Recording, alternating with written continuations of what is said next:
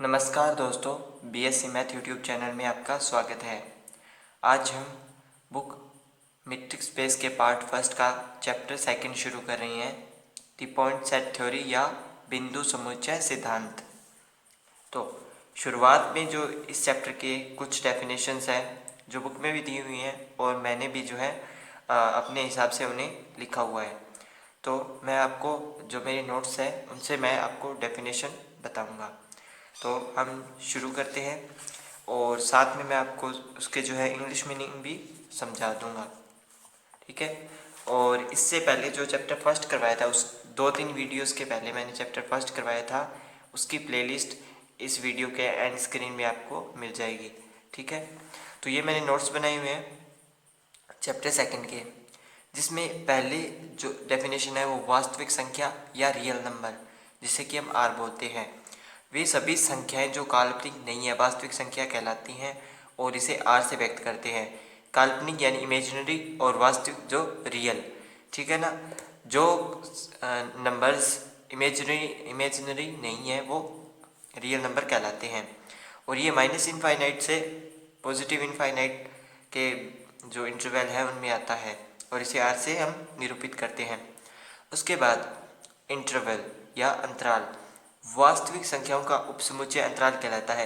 ये तो हो गया वास्तविक संख्याओं का समुच्चय, इसका सबसेट जो है वो इंटरवल कहलाएगा। मान लो ये माइनस इनफाइनाइट से इनफाइनाइट है, तो अगर मैं -10 से +10 के बीच अगर इंटरवल बनाऊं तो वो जो है अंतराल हो जाएगा, सॉरी एक सबसेट बनाऊं तो वो एक इंटरवल हो जाएगा। अंतराल एक अपरिमित संख्याओं का समुच्चय है, इसमें बहुत सारी संख्याएं मौजूद होती हैं, ये नोट है इसमें। उसके बाद अंतराल कितने प्रकार के होते हैं उसके बारे में बात करते हैं। 4 प्रकार मैंने यहाँ पे लिखे हुए हैं। फर्स्ट है क्लोज इंटरवल या समृद्ध अंतराल। ऐसा अंतराल, मैंने इसको सभी अंतराल को मैं यहाँ पे ए मान के चल रहा हूँ, आपको दिखाई भी दे रहा होगा। ए मैंने मान लिया कोई एक इंटरवल ए है, उसमें एक्स है, एक्स जो है वो ए से तो बड़ा और बराबर है लेकिन बी से छोटा और बराबर है। X greater than equals to A और less than equals to B, और x जो है वो वास्तविक संख्याओं के एक सेट से है। इसका मतलब ये x है जो इन दोनों के बीच में मौजूद है, तो ये जो है इंटरवल बना दिया, ठीक है। और जो क्लोज इंटरवल है वो बड़े ब्रैकेट से जो है हम इसे दर्शाते हैं। और मैंने आपको पिछली वीडियोस में बताया था कौन से एलिमेंट लेने होते हैं, कौन से नहीं, हमें ये जो ब्रैकेट्स हैं वही बताते हैं। तो बड़े ब्रैकेट में ये दोनों एलिमेंट साथ में आएंगे। ओपन इंटरवल या विवृत अंतराल, ये देखिए सेट बनाया हुआ है, आप यहाँ पे देख सकते हैं कि यहाँ पे इक्वल्स टू का साइन है, लेकिन ओपन इंटरवल में इक्वल्स टू का साइन नहीं आएगा क्योंकि इसमें ओपन इंटरवल आ गया। ओपन इंटरवल में छोटे ब्रैकेट या स्मॉल ब्रैकेट का यूज होता है। इसका मतलब क्या है कि ए और बी इस अंतराल में है लेकिन इनको शामिल नहीं किया जा सकता, तभी तो देखिए ये इनके इक्वल नहीं है, इनसे छोटा और बराबर है, एक्स जो है वो इनसे छोटा और बराबर है। और इसे हम इस तरह से भी दर्शा सकते हैं या इस तरह से भी दर्शा सकते हैं। मैंने दोनों चीज़ें यहाँ पे लिखी हुई हैं। उसके बाद left half close interval. Left half close में एक साइड से क्लोज है, एक साइड से ओपन है, तो जिस साइड से जो है क्लोज है उस साइड इक्वल्स टू का साइन आ जाएगा, ग्रेटर देन हो चाहे लेस देन हो उसके साथ। फिर राइट हाफ क्लोज इंटरवल, जिसमें राइट साइड में जो है वो क्लोज इंटरवल है, तो ये जो बी साइड है वो क्लोज हो गई, ठीक है। और यहाँ पे इक्वल्स टू का साइन आ गया और बी जो है वो एक्स से ग्रेटर देन है। आगे की हम डेफिनेशन करते हैं। तो ये देखिए मैंने आपको जो डेफिनेशन बताई, अंतराल, परिमित अंतराल और उसके बाद में इंटरवल कितने प्रकार के होते हैं, 4 प्रकार के होते हैं, ये मैंने इसके बारे में बता दिया। इसके बाद में अपरिमित अंतराल, जिसमें 4 फॉर्म इसकी हैं और फिर उसके अंतराल की लंबाई, ये भी मैंने खुद से बनाए हुए हैं, तो मैं आपको वहाँ नोट्स में दिखाता हूँ। तो ये जो है अपरिमित अंतराल में जो है 4 प्रकार के अंतराल होंगे, इसमें इंटरवल होंगे 4 टाइप के। रे फॉर्म ऑफ इंटरवल, ये जो है इनफाइनाइट इंटरवल्स के अंदर आएगा, ठीक है, ये चारों पार्ट। पहला है जिसमें कि x है वो रियल नंबर से है और x greater than equals to a है, यानी x जो है वो a से बड़ा है। तो यहाँ पे जो है किरण जो है वो ए से इनफाइनाइट की तरफ जाएगी, मतलब ए से छोटी तो हो ही नहीं सकती, ए से बड़ी होगी। एक्स यहाँ पे या तो ए के इक्वल होगा या ए के जो है बड़ा हो, ए से बड़ा होगा।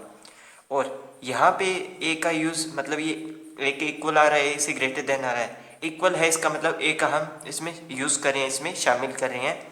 तो मैंने इसे जो है ब्लैक डॉट या गोल घेरा बना दिया फुल शाई के साथ, ठीक है। जिसमें शामिल नहीं होगा उसमें सीधा हम गोल घेरा बनाएंगे बिना इसको काला किए। दूसरी फॉर्म, इसमें देखिए x जो है वो a से बड़ा तो है लेकिन इक्वल नहीं है, इसका मतलब a जो है इसमें शामिल नहीं होगा, ठीक है। ये दूसरा फॉर्म है। उसी प्रकार ये जो है तीसरा फॉर्म जिसमें x less than equals to a, यानी a से छोटा होगा, इसका मतलब क्या हुआ कि a से माइनस इनफाइनाइट की ओर जो है ये अंतराल होगा। उसी प्रकार यहाँ पे इक्वल्स टू का साइन था वो यहाँ पे हट गया, इसका मतलब ये a जो है वो इसमें शामिल नहीं है और ये माइनस इनफाइनाइट की तरफ जो है सेट जा रहा है। तो मैंने इसमें इनके नाम तो नहीं लिखे हुए, लेकिन आप यहाँ से देख सकते हैं। फर्स्ट जो है जिसमें x बड़ा है a से, तो वो है क्लोज्ड राइट रे या समृद्ध दक्षिण किरण अंतराल। दूसरा है ओपन राइट विवृत दक्षिण किरण, ओपन राइट रे जिसमें x बड़ा है a से, मैंने आपको दूसरा भी बताया। तीसरा क्लोज्ड लेफ्ट रे या समृद्ध वाम किरण जिसमें x छोटा है ये वाला, और ओपन लेफ्ट विवृत वाम किरण जिसमें ये वाला है, ठीक है। तो मैंने चारों इसके बारे में बता दिया है। इसके बाद लेंथ ऑफ एन इंटरवल या अंतराल की लंबाई। अंतराल की लंबाई b माइनस ए होती है तथा यह हमेशा धनात्मक रहती है। जो इंटरवल की लेंथ है वो b माइनस ए होगी और यह हमेशा पॉजिटिव रहती है क्योंकि दूरी कभी भी नेगेटिव नहीं होती है, लंबाई कभी भी नेगेटिव नहीं होती है। तो यहाँ पे मैंने एक लाइन ड्रॉ करी है, उसमें ये ए पॉइंट है और ये बी पॉइंट है, ठीक है। ए में मैंने ब्लैक डॉट बनाया, इसका मतलब ये इसमें शामिल है, इंक्लूड है, और इसमें इंक्लूड नहीं किया है। लेकिन जो लेंथ होगी वो b माइनस ए ही होगी इसकी, मतलब इन दोनों बिंदुओं के बीच, मतलब इनका माइनस करने पर जो आएगा वही। उसके बाद अगली डेफिनेशन जो है नेबरहुड से रिलेटेड है, थ्योरम हम इसके बाद में करेंगे। नेबरहुड ऑफ ए पॉइंट या एक बिंदु का सामीप्य या प्रतिवेश, ठीक है। नेबरहुड मैंने इसको डायरेक्ट NBD लिखा हुआ है शॉर्ट फॉर्म में। कोई वास्तविक संख्या alpha belongs to R neighbourhood होता है जहां एप्सिलॉन बड़ा है 0 से और अल्फा जो है वो इनमें बिलोंग कर रहा है, और इसे हम इस प्रकार दर्शाएंगे। इसके बारे में आपको थोड़ा समझाता हूँ। तो यहाँ पे वास्तविक संख्या का कोई सेट ले लिया मैंने, वास्तविक संख्याओं के सेट से मैंने कोई अवयव ले लिया अल्फा, ठीक है, ये R से है, ठीक है। इसका नेबरहुड जो है यहाँ पे मैंने a माइनस एप्सिलॉन और a प्लस एप्सिलॉन माना है, तो जो अल्फा होगा वो इन दोनों के बीच में आएगा, यहाँ पे आएगा, ठीक है। मतलब इस प्रकार होगा भी, ये अल्फा से छोटा ये अल्फा से बड़ा हो जाएगा, ठीक है। और एप्सिलॉन जो है वो 0 से बड़ा तो है लेकिन बहुत ही छोटी वैल्यू है, बहुत ही छोटी वैल्यू है, फिर भी वो 0 से बड़ा है। तो यहाँ पे देखिए ये जो अल्फा है वो इन दोनों के मध्य बिलोंग कर रहा है, इन दोनों के बीच से आ रहा है। तो यहाँ पे नेबरहुड ऑफ ए यहाँ पे माइनस ये ए जो है यहाँ पे ए माइनस एप्सिलॉन है, तो उस पॉइंट से जो है यहाँ पे एन ऑफ ए करेंगे, और ये छोटी वैल्यू है तो हम इसे पैर में लगाएंगे एप्सिलॉन, और हमने अवयव अल्फा बनाया था तो इसका जो पॉइंट होगा, तो यहाँ पे तो जो है मैं ए का यूज़ कर रहा हूँ, लेकिन अगर अल्फ़ा लेना है मुझे यहाँ पे तो मैं अल्फ़ा माइनस एप्सिलॉन छोटा होगा अल्फ़ा से, और ये छोटा अल्फ़ा छोटा होगा अल्फ़ा प्लस एप्सिलॉन से। देखिए यहाँ पे मैंने आपको थोड़ा सा कंफ्यूज कर दिया, मैं आपको नंबर्स के तौर पर समझाता हूँ। अगर मुझे एक का नेबरहुड पता करना है, एक का नेबरहुड मुझे पता करना है, तो ये ज़रूरी नहीं है कि वो जो है a माइनस एप्सिलॉन और a प्लस एप्सिलॉन होगा। ये हम एक तरीके से शो करने के लिए जो है हम इसे बता सकते हैं। अगर नंबर्स के लिए मैं देखूं तो सीधी सी बात है, एक के बाद 2 आएगा। और मैंने यहाँ पे क्या कहा है, जो एप्सिलॉन है ये अल्फ़ा जो है वो 1 है, ठीक है ना। अल्फ़ा को मैंने 1 माना है, तो एप्सिलॉन बहुत छोटी वैल्यू है, तो मैं 1 में कुछ ऐड कर देता हूँ, जैसे 0.000000123 मैंने ये ऐड कर दिया। तो आप देखेंगे कि ये 1 से तो बड़ा है, लेकिन बहुत ही कम अंतर के साथ बड़ा है। उसी प्रकार ये छोटा होगा, किस प्रकार 0.9999876, इस प्रकार मैंने इसे मान लिया। तो हम देख पा रहे हैं कि ये इससे बड़ा है, ये एक इससे बड़ा हो गया और ये एक इससे छोटा हो गया, ठीक है। सेम यही चीज़ जो इसके साथ है कि ये अल्फ़ा है, इसको मैंने 1 माना था। एप्सिलॉन है जो कि बहुत ही छोटी वैल्यू है जो इसमें से माइनस हो रही है। नेबरहुड में अगर हम वैसे मानते नहीं हैं, अगर मुझे 1 के बाद की संख्या देखनी हो तो उसमें अनंत संख्या मौजूद होती हैं। जैसे 1 के बाद में प्लस में 0.0000000 पता नहीं कितने जीरो के बाद 1 जुड़ता होगा, उसमें हम डायरेक्ट ही 2 बोल देते हैं, लेकिन असल में ऐसा होता नहीं है। अगर हम डीप में जाएं तो ये जो है इसका नेबरहुड ऑफ ए पॉइंट हो गया। अब उसके बाद deleted neighbourhood of A point, इसकी डेफिनेशन देखते हैं हम। ये देखिए, deleted neighbourhood of A point या एक बिंदु का विलोपी सामीप्य, ठीक है। ये देखिए बुक ने थोड़ा सा इसमें कंफ्यूज कर रखा है। मैं यहाँ पे जो है x को एक अवयव ले लिया और a जो है इसका नेबरहुड बता रहे, तो इससे थोड़ा कन्फ्यूज़न हो जाता है। लेकिन मैंने आपको इसमें नंबर्स का, जैसे 1 का उदाहरण लेके 1 का उदाहरण लेके आपको समझा दिया है। अगर फिर भी आपको कोई प्रॉब्लम हो तो आप मुझे कमेंट कर सकते हैं। तो हम बात करते हैं एक बिंदु का विलोपी सामीप्य। विलोपी सामीप्य के बारे में, सामीप्य या नेबरहुड के बारे में हमने बात करी। पहले हम इसकी डेफिनेशन देख लेते हैं कि इसकी डेफिनेशन क्या है। यदि किसी वास्तविक संख्या से अल्फा को हटा दिया जाए तो यह विलोपी सामीप्य कहलाता है। यदि किसी वास्तविक संख्या या रियल नंबर से, जो सेट है, उससे अल्फा को हटा दिया जाए, रिमूव कर दिया जाए, तो यह जो है डिलीटेड नेबरहुड ऑफ पॉइंट कहलाता है। तो यहाँ पे हमने जो है एन ऑफ एप्सिलॉन ए इसका उदाहरण लिया था, ठीक है। मैं आपको एक के उदाहरण से बताता हूँ, 0.999876, ठीक है। ये छोटा है 1 से और ये है 1 प्लस में 0.000123, ठीक है। इस ऊपर वाले को छोड़ दीजिए, हम इसकी बात करते हैं। डिलीटेड नेबरहुड या जो इसमें विलोपी सामीप्य है, इसमें क्या होगा कि ये जो मेन बंदा है या मेन जो अवयव है जिसका हमें नेबरहुड पता था या किया था, अगर हम उसे ही निकाल दें या रिमूव कर दें उस सेट से, अगर हम इसे ही रिमूव कर दें तो वो जो सेट बचेगा, जैसे इस सेट में क्या था 0.999,1.000,123 ये वैल्यूज़ थी, ठीक है। ये तो हो गया इसका नेबरहुड ऑफ ए पॉइंट। अगर मैं इसको एक को यहाँ से रिमूव कर दूँ तो ये deleted neighbourhood of A point हो जाएगा। एक यहाँ से चला गया, ये इसका नेबरहुड बचा रह गया। ये जो है इसकी डेफिनेशन है। उसके बाद में देखते हैं और इसे शो किस प्रकार करते हैं, N epsilon mod of A minus में ए। यहाँ पे जो मैंने अवयव लिया है जो वास्तविक संख्या आर से है वो ए है, ठीक है। एक की बात हो रही है यहाँ पे। इसके बाद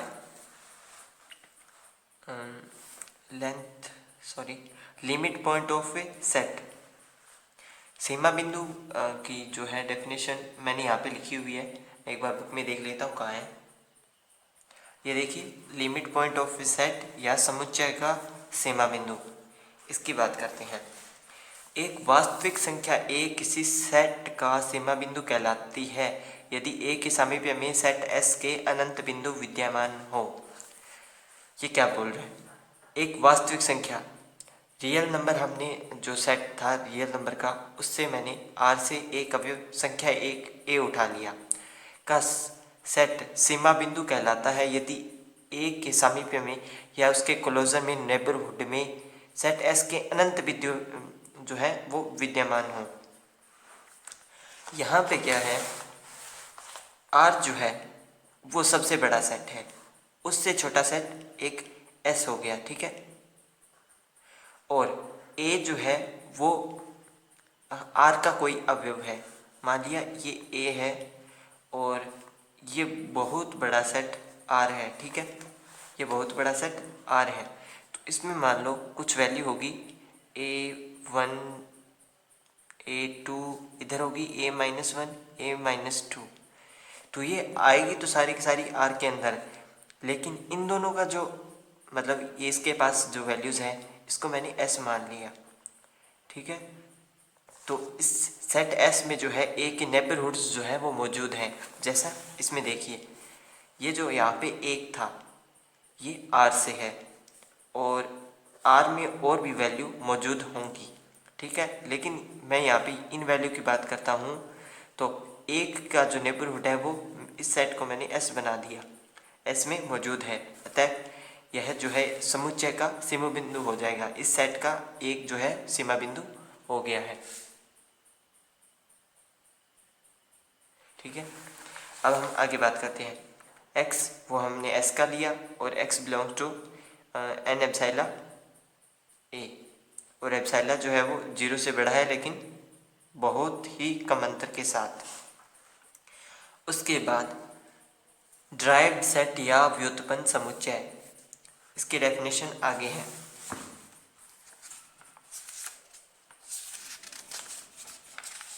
ये रहा व्युत्पन्न समुच्चय, उसके बाद में आइसोलेटेड पॉइंट, और फिर महत्वपूर्ण प्रमेय बोल्जिनो वॉयस्ट्रेस प्रमेय, जो कि मैं आपको आज नहीं करवाऊंगा, कल वाली वीडियो में करवाऊंगा। आज मैं आपको डेफिनेशन अच्छे से समझा देता हूँ। ड्राइव्ड सेट या व्युत्पन्न समुच्चय की बात करते हैं। किसी समुच्चय S के सभी सीमा बिंदुओं का समुच्चय व्युत्पन्न सेट कहलाता है। इसे S डैश से व्यक्त करते हैं। किस प्रकार? कोई भी सेट मान लिया S है कि सभी सीमा बिंदु, जैसा कि ये एक x था तो इसके अलावा और भी बहुत सारे x1 x2 x3 जो है उसके सीमा बिंदु होंगे। उनका जो सेट है, उनका अगर मैं सेट बना दूं 1 2 3 को लेकर, जो कि पहले से सीमा बिंदु हैं, लिमिट पॉइंट ऑफ सेट हैं, उनका सेट बना दूं तो वो जो है व्युत्पन्न समुच्चय या ड्राइव्ड सेट हो जाएगा। और इसे एस डैश से व्यक्त करते हैं, किसी से भी व्यक्त कर सकते हैं, लेकिन यहाँ पे एस डैश मैंने माना है तो हम एस डैश से व्यक्त कर सकते हैं। तो यहाँ पे जो है एस मैंने जो है साइन के लिए एक वैल्यू ले ली मैंने समुच्चय एस बनाने के लिए। अगर हम साइन में एन की वैल्यू पुट करके देखें तो जो है जैसे यहाँ पे कौन बनेगा 0 30 60 45 इस प्रकार के कौन बनेंगे, तो उनसे मैंने 3 वैल्यू उठा ली, -1 0 और 1। तो ये जो है इसके सीमा बिंदु थे, ठीक है, इसके सीमा बिंदु थे और इन सीमा बिंदु का एक सेट बना लिया एस डैश, जो कि इसका ड्राइव्ड सेट हो गया। उसके बाद व्युक्त समुच्चय या आइसोलेटेड पॉइंट, समुच्चय S के वे बिंदु जो S के सीमा बिंदु नहीं है का समुच्चय व्युक्त समुच्चय कहलाता है। समुच्चय S के वे बिंदु जो S के सीमा बिंदु नहीं है। हमने कोई सेट मानना था S, ये मैंने कोई सेट मान लिया S जिसमें 1 2 3 4, ठीक है, कि वे बिंदु जो सीमा बिंदु नहीं है। हमने यहाँ पे एक को जो है एक सीमा बिंदु प्रूफ कर दिया क्योंकि हमने इसका नेबरहुड बता दिया। मान लिया कि 2 और 3 और 4 के यहाँ पे हम नेबरहुड नहीं बता सके, हम उसके जो है प्रतिवेश को जो है नहीं बता सके, तो ये जो है इन तीनों का जो सेट बनेगा 2 3 4, जो कि आइसोलेटेड पॉइंट या व्युक्त समुच्चय कहलाएगा, ठीक है। ये होगी आज की डेफिनेशन। कल हम बोल्जिनो-वॉयस्ट्रेस थ्योरम करेंगे, उसके बाद कुछ डेफिनेशन और कुछ इस चैप्टर की जो है थ्योरम शुरू करेंगे। वीडियो अगर पसंद आए तो लाइक कर दीजिए, अपने फ्रेंड्स के साथ शेयर कर दीजिए और मैंने कैसे समझाया इसके लिए कमेंट करना मत भूलिएगा। और वीडियो देखने के लिए धन्यवाद।